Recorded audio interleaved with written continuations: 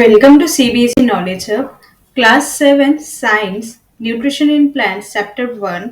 हम ये part 2 start करेंगे। पार्ट 2 हम nutrition in plants other modes of nutrition in plants पढ़ेंगे, जिसमें हम बेसिकली हेट्रोट्रॉपिक मोड जो है उसके ऊपर फोकस करके ये बाकी का चैप्टर्स रीड करेंगे। सो इससे पहले आपने ऑटोट्रॉप पढ़ लिया था। ऑटोट्रॉप यानी कि जो अपना खाना खुद ही बना सकते हैं, यानी कि प्लांट्स एक ऐसा लिविंग थिंग है जो अपना खाना खुद बना सकते हैं, तो उसे हम ऑटोट्रॉप कहते हैं और उसे हम ऑटोट्रॉपिक न्यूट्रिशन कहते हैं। सो हेट्रोट्रॉपिक न्यूट्रिशन क्या समझेंगे? हेट्रोट्रॉपिक मोड ऑफ न्यूट्रिशन यानी कि जो दूसरे चीज के ऊपर डिपेंड होता है, दूसरे लिविंग ऑर्गेनिज्म के ऊपर डिपेंड होता है, उसे हम क्या कहेंगे? Heterotrophic mode of nutrition. So chapter read करते हैं 1.3 other mode of nutrition in plants. There are some plants which do not have chlorophyll। ऐसे कुछ जैसे हमने पढ़ा था कि जो प्लांट्स होते हैं उसमें क्लोरोफिल प्रेजेंस होता है, जिसके कारण वो फोटोसिंथेसिस परफॉर्म कर पाता है, जिसके कारण वो अपना खाना खुद बना सकते हैं। लेकिन कुछ ऐसे भी प्लांट्स होते हैं जिसमें क्लोरोफिल नहीं होता, तो क्लोरोफिल नहीं है तो वो खाना खुद नहीं बना सकेगा। So they can not synthesise plants. So ये अंडरलाइन करो, plants which do not have chlorophyll they can not synthesise their own food। How do they survive and from where do they derive nutrition? तो फिर वो कैसे survive, कैसे जी रहे हैं और कहाँ से वो अपना खाना पा रहे हैं? So like human and animals, such plants depend on food produced by other plants। जैसे कि ह्यूमन हो, एनिमल्स हो, वो जैसे दूसरे प्लांट्स या एनिमल्स पे डिपेंड होता है ना, सो वैसे ही कुछ प्लांट्स ऐसे हैं जो दूसरे प्लांट्स पे डिपेंड होते हैं, उसे हम क्या कहेंगे? Heterotrophic mode of nutrition. Okay, so जो भी प्लांट्स दूसरे अपने खाने के लिए दूसरे न्यूट्रिशन दूसरे प्लांट्स या दूसरे एनिमल्स पर डिपेंड होता है, उसे हम क्या कहेंगे? Heterotrophic mode of nutrition. So look at figure 1.5. Do you see a yellow wiry branch structure twinning around the stem of branch of tree? This plant is called Cascuta, जिसका अलग नाम क्या है? अमरबेल। It does not have any chlorophyll. It is ready-made food from the other plant which it is climbing. The plant on the plant on which it climb, it is called host. Since it is derive the host of valuable nutrients,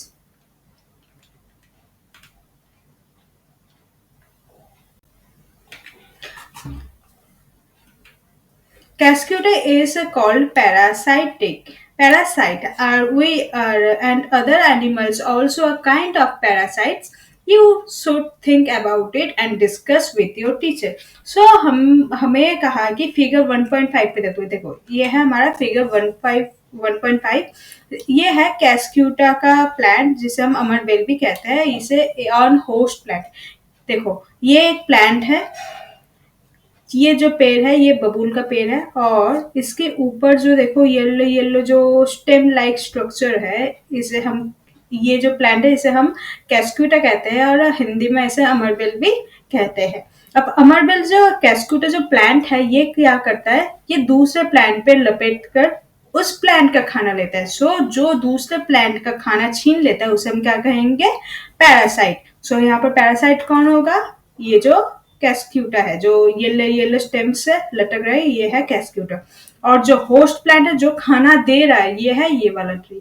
okay, ये with the help of A picture, ये देखो ये एक stem है जो green colour का, जो देख लो ये एक स्टेम है किसी और प्लांट का, और ये जो थोड़ा ऑरेंजी ब्राउनी सा कलर है ये है ये है कोई एक पैरासाइटिक प्लांट जो क्या कर रहा है? देखो उसी स्टेम के ऊपर ऐसे गोल गोल लपेटा हुआ है, और ये क्या कर रहा है? इसके जो न्यूट्रिशन इस ग्रीन प्लांट को मिल रहा है, ये न्यूट्रिशन ये थोड़ा सा इससे लेके वो अपने आप को ग्रो करे। मतलब टोटली जो पैरासाइटिक प्लांट है ये वाला पैरासाइटिक प्लांट है, जो ऑरेंज ऑरेंज ये लपेटा हुआ है ये पैरासाइटिक प्लांट है, जो जो जो अपना खाना खुद नहीं बना सकता, किसी और प्लांट्स के ऊपर डिपेंड है। तो वो प्लांट्स को हम क्या कहेंगे? जो डिपेंडेबल प्लांट्स है उसे हम पैरासाइटिक कहेंगे, और जिसके ऊपर डिपेंड है उसे हम होस्ट कहेंगे।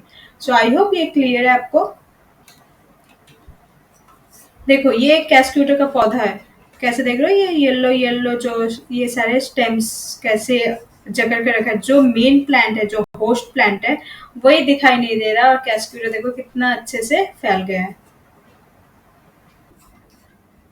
हैव यू सीन और heard of plants that can eat animals? आपने कभी सुना है या देखा है कोई प्लांट्स जो एनिमल्स खाता हो?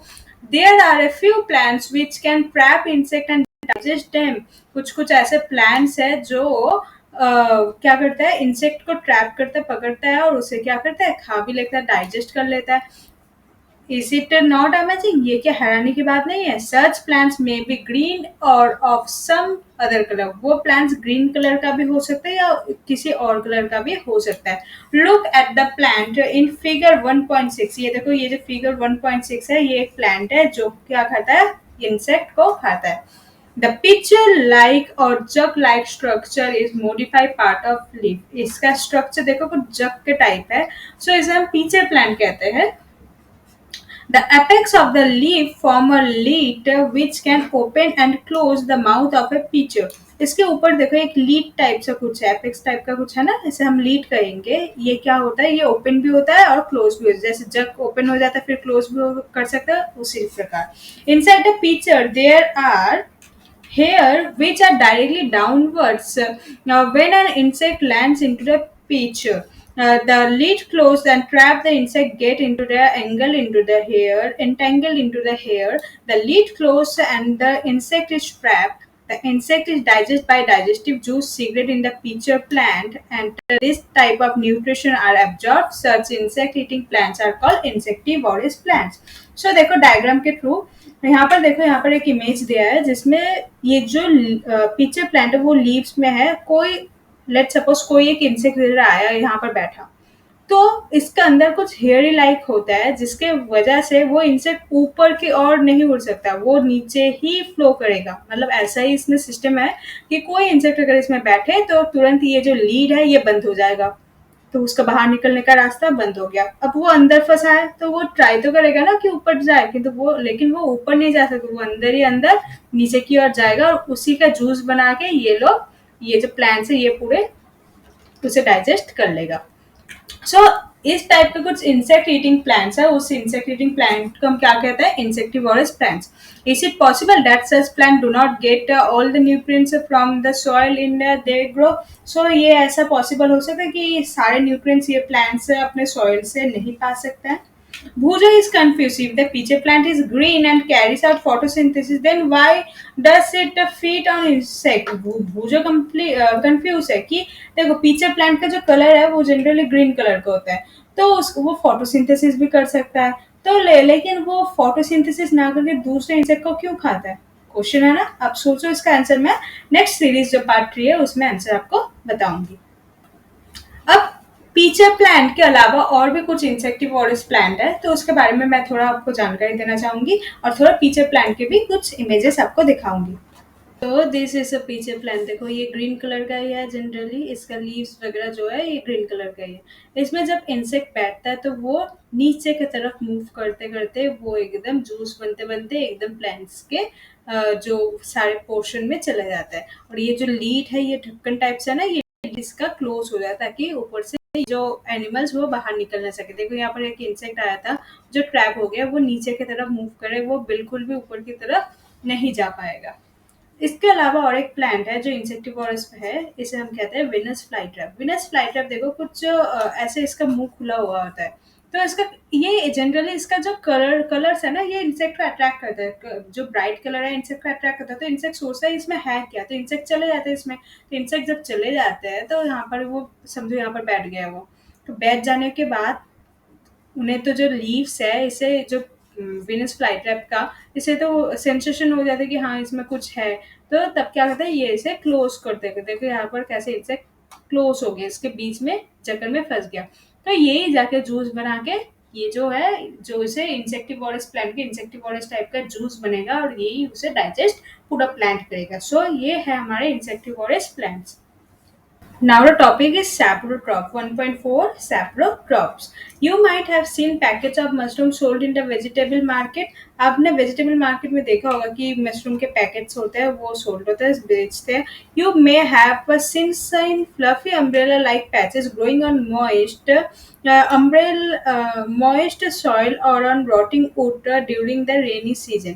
आपने देखा होगा कि जो फ्लफी टाइप सा कुछ अम्ब्रेला लाइक पैचेस होता है जो हमारे सॉइल में ग्रो करता है या कोई रॉटिंग जो सड़े हुए वुड में रेनी सीजन में ग्रो करता है. Let us find out what type of nutrition they need to survive and from where they get from. So ये जो न्यूट्रिशन, ये इस टाइप के चीज जो होता है न्यूट्रिशन, वो कहाँ से उसे न्यूट्रिशन मिलता है, पोषण मिलता है, और वो ऐसे न्यूट्रिशन न्यूट्रिएंट्स को कैसे अपने में ले सकते हैं. देखो पैकेट्स ऑफ मशरूम का फोटो दिया है. Mushroom growing on decaying material. Mushroom कहाँ होता है, जो सड़े हुए चीज पे ये बनता है, ये ऐसे मशरूम होता है. भूजो wants to know how this organism acquire nutrients. भूजो को जानना है कि ऐसे मशरूम वगैरह ये अपना न्यूट्रिशन कैसे लेता है. They do not have mouth like animals do. They are not like green plants as they lack chlorophyll and can not make their food for photosynthesis. क्योंकि ना ही इसके पास माउथ है, मुंह है कि वो खाना खा सके, ना वो ग्रीन प्लांट है, ना कुछ इंसेक्टिवोरस प्लांट का टाइप है जो कुछ कैच करके खा ले जूस बना के, ऐसा कुछ नहीं है. तो इसके अंदर फोटोसिंथेसिस भी नहीं हो पाएगा क्योंकि ये ग्रीन नहीं है. तो ये अपना खाना कैसे लेता है. So activity 1.2, take a piece of bread and moisten in the in with water, leave it the moisten moist warm place for 2 to 3 days or until fluffy patches appear on them. In figure 1.8, what is the color of these patches? Observe the patches under a microscope or a magnifying glass. Write down your observation in the notebook. You will see cotton thread-like structure in the on the piece of bread. तो activity 1.2 में आपको करना है क्या है, कुछ piece of bread लेना है, उसको थोड़ा सा मॉइस्चर जगह में रखना है 2-3 दिन के लिए, और कुछ दिन बाद देखोगे उसमें ना उसका कलर कुछ चेंजेस आ जाएगा, उसमें पैचेस आ जाएगा. और आपको देखना है कि उसमें ऑब्जर्व करना है कि उस प्लांट उस ब्रेड के पीस में क्या होता है. देखो यहाँ पर इमेज भी दिखा है. दिस इज द ब्रेड का टुकड़ा. ओके, सो देखो इसमें कैसे पैसेस आ गया ब्राउनी ब्राउनी सा, और इसे जूम करके जब इन्होंने दिखाया तो देखो इसका एक एक जो फंगी है इसे हम देख सकते हैं. So this organisms are called fungi. हम क्या कहेंगे, fungi. They have a different mode of nutrition. इनका न्यूट्रिशन अलग टाइप का होता है. They absorb the nutrients from the bread. Actually ये फंगी ग्रो कैसे किया, फंगी ने क्या किया, जो ब्रेड है, ब्रेड का जो न्यूट्रिशन है उसे एब्जॉर्ब कर लिया. This mode of nutrition in which organisms take in nutrients from dead and decaying matter is called saprophytic nutrition. ऐसे न्यूट्रिशन जो कोई भी डेड चीज से उसका पोषण खींच सकता है उसे हम क्या कहेंगे, saprophytic nutrition. And such organisms with saprophyte mode of nutrition are called saprotrophs. और उसी टाइप के जो saprophytic nutrition जो लेता है उसे हम क्या कहेंगे, saprotrophs. Fungi also grows on pickles, leather, clothes, and other articles that are left in hot and humid weather for long time. Fungi आप जनरल देख सकते हो कि पिकल्स में हो जाता है, लेदर में, क्लॉथ्स में भी हो जाता है, इवन कोई आर्टिकल्स यानी कि कोई भी चीज में हो सकता है जब वो हॉट या ह्यूमिड वेदर में पाया जाता है. बहुत टाइम तक अगर हो तो ये फंगी आ जाता है. During the rainy season the spoil many things. Ask your parents about the menace of fungi in your house. और रेनी सीजन में ये बहुत सारे चीज को क्या करता है, स्पॉइल खराब कर देता है. आप अपने पेरेंट्स से पूछो कि आपके घर में कौन कौन सी चीज है जिसमें फंगी आ गया हो. The fungal spores are generally present in air. ये जनरली एयर में प्रेजेंट होता है. When they land on wet and warm things they germinate and grow. So fungi generally air में प्रेजेंट होता है. अगर वो कब लैंड करता है, जब उसका उस जगह का टेम्परेचर वेट यानी कि गीला गीला, ह्यूमिडिटी, वार्म भी हो गर्म भी हो, तब क्या करता है वो लैंड कर जाता है कहीं पर भी और वहीं पर भी वो अपना ग्रो कर लेता है. Now can you figure out how we can protect our things from getting spoiled. So आप समझ लो कि आप कैसे कुछ भी चीज स्पॉइल होने से बचा सकते हो. प्रीवियस पेज में देखो. सो जो हमारा मशरूम है वो भी एक फंगी है जो सैप्रोट्राइफिक न्यूट्रिशन है. ये क्या करता है, कहीं भी डेड डिकेइंग मैटर है सॉइल में या कोई भी जगह कुछ डेड डिकेइंग मैटर हो तो उसमें मशरूम जनरली ग्रो कर जाता है. वहीं से वो न्यूट्रिशन उसे मिलता है और उसे को हम सैप्रोट्रॉप्स कहते हैं क्योंकि ये सैप्रोट्रॉफिक न्यूट्रिशन के पार्ट है.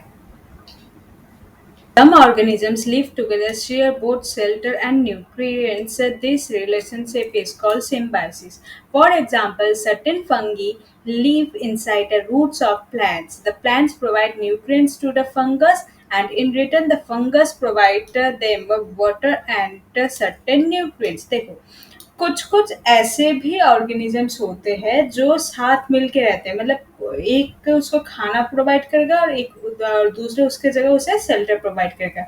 उस रिलेशनशिप को हम क्या कहेंगे? Symbiosis relationship. कुछ फंगी है और कुछ एल्गी है जो ये सिम्बायोसिस रिलेशनशिप फॉलो करता है। एल्गी वो ब्लू ग्रीन एल्गी हो सकता है, ग्रीन एल्गी हो सकता है, कुछ भी हो सकता है। वो क्या करता है, क्योंकि उसका कलर ग्रीन है या वो ब्लू ग्रीन एल्गी है जिसे हम सियानोबैक्टीरिया कहते हैं, उसके पास एक कैपेसिटी होता है, वो अपना न्यूट्रिएंट्स खुद बना सकता है बाय यूज ऑफ क्लोरोफिल और बाय फिक्सिंग सम नाइट्रोजन से वो अपना न्यूट्रिएंट्स बना सकता है। और कुछ कुछ फंगस को तो आपको पता ही है कि जैसे मशरूम में पढ़ा था हमने, फंगस में क्या होता है कि उसका खाना वो खुद नहीं बना सकता। तो फंगस क्या करता है कि जो एल्गी है उसे रहने के लिए जगह देती है, और जो एल्गी है उसे उसको उसके बदले में उसे खाना देता है। So in organisms called lichens chlorophyll containing partner which is an algae. एक लाइकेंस है जो एक एल्गी है जो उसमें क्लोरोफिल कंटेन है, उसमें क्लोरोफिल है तो वो अपना खाना खुद बना सकता है। एंड फंगस लिव टुगेदर, और एक फंगस एल्गी और फंगस ये दोनों साथ में रहते हैं। The fungus provide shelter, fungus उसके जगह उसे क्या देता है, उस फंगस उसे शेल्टर देती है, water and minerals to the algae, and in return the algae prepares the provide food to the fungus। वही बात कही है देखो कि जो फंगस है उसे फंगस जो है प्रोवाइड करेगा, क्या प्रोवाइड करेगा? शेल्टर। और वाटर मिनरल्स जो है वो कौन प्रोवाइड करेगा? एल्गी प्रोवाइड करेगा। ठीक है। सो इन रिटर्न एल्गी क्या करता है? उसे खाना देता है, और फंगस क्या देता है? उसे रहने के लिए शेल्टर देता है, जगह देता है। देखो तो हमने अभी क्या सीखा कि एल्गे जो है वो न्यूट्रिशन प्रोवाइड करते हैं, फंगी जो है वो हमें प्रोवाइड शेल्टर करते हैं। देखो लाइकेंस कहाँ कहाँ ग्रो करता है। एक तो ट्री बार्क पे ग्रो कर लेता है, कहीं भी ऊट पे ग्रो कर लेता है। देखो ये ट्री बार्क है, उसमें लाइकेंस ग्रो कर लिया, तो ट्री बार्क को और लाइकेंस का एक क्या होगा? फंगी और जो एल्गी है इनका एक सिम्बायोटिक रिलेशनशिप होगा। वैसे ही ग्राउंड में ग्रो कर जाता है लाइकेंस, रॉक्स में ग्रो कर जाता है लाइकेंस। लाइकेंस देखो, लाइकेंस ग्रो करने की वजह से ही रॉक्स में जो क्रैक आ जाता है, तो रॉक्स में क्रैक आने का एक फायदा होता है कि रॉक से ही हमें पता है रॉक से सॉइल बनता है, रॉक सॉल्ट होता है। सो रॉक का जो ब्रेकडाउन ऑफ रॉक भी वो एक बहुत इंपॉर्टेंट पार्ट माना जाता है। सो लाइकेन जो है वो जनरली और क्या काम करती है? पॉल्यूशन वाले जो जहाँ पर ज़्यादा पॉल्यूशन है वहाँ पर ये ग्रो नहीं करता, तो हमें पता चल रहा है कि पॉल्यूशन लेवल कितना है, वो लाइकेन के हेल्प से भी हम पता कर सकते हैं। Nutrients are replenish in the soil, nutrients जो है वो सॉइल में कैसे ही मिल जाता है और कैसे ही वो दोबारा से वापस आता है। Have you seen farmers spreading manure और फर्टिलाइजर्स इन द फील्ड और Gardner's using them in lawn on the pots? Do you know why this is done? आपने देखा होगा कि फार्मर्स या जो गार्डनर्स होते हैं वो सॉइल में मैन्योर या फर्टिलाइजर्स को मिलाते हैं। Even that plants absorb minerals and nutrients from the soil। आपने क्या सीखा कि प्लांट्स जो है वो सॉइल से मिनरल्स और न्यूट्रिएंट्स लेता है, so their amount in the soil keep on declining. So अगर प्लांट्स अगर मिनरल्स या न्यूट्रिएंट्स जो है वो अगर सॉइल से लेगा तो उसमें जो सॉइल में जो मिनरल्स और न्यूट्रिएंट्स की क्वांटिटी थी वो तो धीरे धीरे कम होता जाएगा। So fertilisers and manure contain nutrients, fertiliser और मैन्योर में क्या होता है? न्यूट्रिएंट्स होता है, जैसे कि नाइट्रोजन, फॉस्फोरस एंड पोटेशियम। कौन कौन से होगा? देखो नाइट्रोजन, पोटेशियम एंड फॉस्फोरस, ये तीनों एक ऐसा चीज है जो हमारे सॉइल को जरूरत होती है। This nutrients need to be added from time to time to reach the soil. We can grow plants and keep them healthy if we can fulfil nutrients requirements of plants. So अगर हमें plants grow करना है तो हमें fertiliser और manure को भी add करना जरूरी होता ही है। Usually crop plants absorb a lot of nitrogen and the soil become deficient in nitrogen. You learn that though nitrogen gas is available in plenty in air, plants cannot use this manner that they can use carbon dioxide। आपको पता होना चाहिए कि जो crop plant है उसे सबसे ज़्यादा नाइट्रोजन की ज़रूरत होती है, बट आपको ये भी पता है कि हमारे जो एटमॉस्फेयर में 78% नाइट्रोजन है, मतलब बहुत नाइट्रोजन है, लेकिन दुख की बात यह है कि वो प्लांट जो है वो डायरेक्टली इसे नहीं ले सकता नाइट्रोजन को। वो जैसे कार्बन डाइऑक्साइड इजीली ले सकता है प्लांट्स, नाइट्रोजन को प्लांट्स ले नहीं सकता, लेकिन उसे जरूरत चाहिए। They need nitrogen in A soluble form. उसे नाइट्रोजन कौन से फॉर्म में चाहिए? सॉल्युबल, यानी कि जो सॉइल में है उसमें मिक्स होना चाहिए। तो कुछ बैक्टीरिया होते हैं, the bacterium called rhizobium can take atmospheric nitrogen convert into a usual form, but rhizobium can not make its own food, so it is often lives in the root of gram, peas, moong, beans and other legumes and provide them with nitrogen. कुछ ऐसे bacteria होते हैं जिसे हम rhizobium bacteria कहते हैं, blue green algae भी कह सकते हैं उसे। तो राइजोबियम का काम क्या होता है? वो सॉइल, वो जो एयर से नाइट्रोजन को कलेक्ट करके उसे सॉल्युबल फॉर्म में कन्वर्ट कर देता है, किसमें? सॉइल में। उसके बदले में क्या मिलेगा? In return the plants provide food and shelter to the bacteria. उसके जगह में रिटर्न में जो बैक्टीरिया को उसे शेल्टर और फूड प्रोवाइड करेगा। They thus have a symbiotic relationship. So हम कह सकते हैं, देखो, एक उसे नाइट्रोजन प्रोवाइड करेगा और एक उसे शेल्टर और फूड प्रोवाइड करेगा। तो यहाँ पर हम सिम्बायोटिक रिलेशनशिप कह सकते हैं। This association is of a great significance for farmers. They can reduce the use of nitrogen fertilizer where leguminous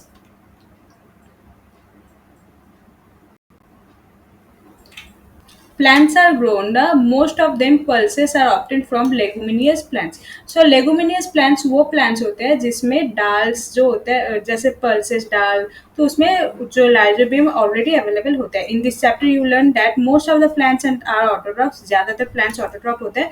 only few plants are parasitic और saprophytic. They derive nutrition from other organisms. कुछ plants अलग है जो saprophytic हो सकता है, parasitic हो सकता है, उसे हम क्या कहते हैं? Heterotrophs. All animals are categorized as heterotrophic since they depend on plants and animals for food. So अगर हम animals की बात करें तो वो heterotrophs होगा, क्योंकि वो डिपेंड किस पे करता है? प्लांट्स या अदर एनिमल्स पे डिपेंड करता है। So can you say that the insectivorous plants are partially heterotrophs? तो आप क्या कह सकते हो कि इंसेक्टिवोरस जो प्लांट्स है वो पार्शियली हेटेरोट्रॉप्स है? ये सारे जो टॉपिक क्वेश्चंस है जो पहले के मन में आया है, या कुछ अंदर अंदर क्वेश्चंस है, या आप एक बार चैप्टर को रीड करो। रीड करने के बाद आप अपने आप में आंसर को आइडेंटिफाई करो। जो नेक्स्ट पार्ट है, पार्ट 3 में हम ये सारे क्वेश्चंस के मैं आंसर आपको प्रोवाइड करूंगी। उसके साथ आपको कीवर्ड्स करवाऊंगी। जो हमारे बुक के एक्सरसाइज क्वेश्चंस है, ये देखो, ये है हमारे कीवर्ड्स है, ये कीवर्ड्स करवाऊंगी। फिर उसके नीचे देखो बुक क्वेश्चंस है, ये सारे मैं एनसीईआरटी के क्वेश्चंस कराऊंगी। उसके अलावा कुछ एक्स्ट्रा क्वेश्चंस कराऊंगी जो आपके इम्पोर्टेंट है एग्जाम के बेसिस में। तो पार्ट 3 जरूर देखना, and please like my video and subscribe my channel. Thank you.